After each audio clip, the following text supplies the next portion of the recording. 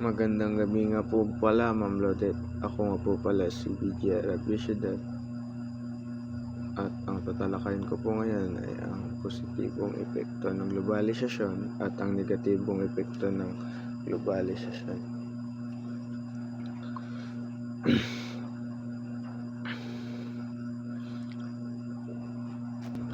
Ang globalisasyon ay magbubukas ng mas malawak na oportunidad para sa ekonomiya ng isang bansa. Sa pamamagitan nito, pumapasok ang mga dayuhang pamumunan na lumilikha ng maraming trabaho para sa mga mamayan.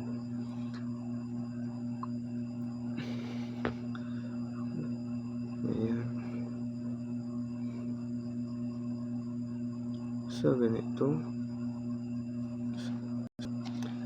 At nagiging mas mabilis din ang palitan ng kaalaman ng teknolohiya at inobasyon na nakakatutulong upang umunlad ang mga industriya. Lumalawak ang mga pamilihan para sa mga lokal na produkto, kaya't maraming taong negosyo ang kumikita. Bukod dito,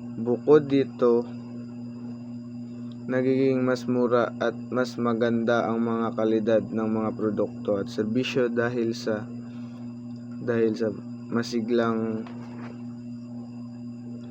masiglang kompetisyon sa panagdaigang merkado. At ang negatibong epekto naman po nito ay gayon pa man may mga iba't ibang hamon. Ang globalisasyon madalas ay nalulugi ang maliliit na negosyo dahil hindi nila kayang makipagsabayan sa malalaking multinational na kumpanya. Maaari ring mawalan ng trabaho ang mga manggagawa kapag ang mga kumpanya ay naglilipat ng operasyon sa mga bansang mas mababa ang sahod. Tumataas ang pag-asa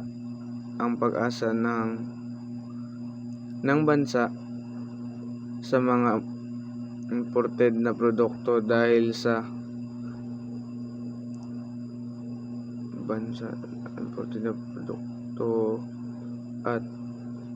at dayuhang kapital na maaaring magpahina sa mga sariling industriya. Higit pa rito, mas napapaboran ang mayayaman habang lalong nahuhuli ang mga mahihirap. Kaya't lumalaki ang mga agwat ng yaman. Yan lang.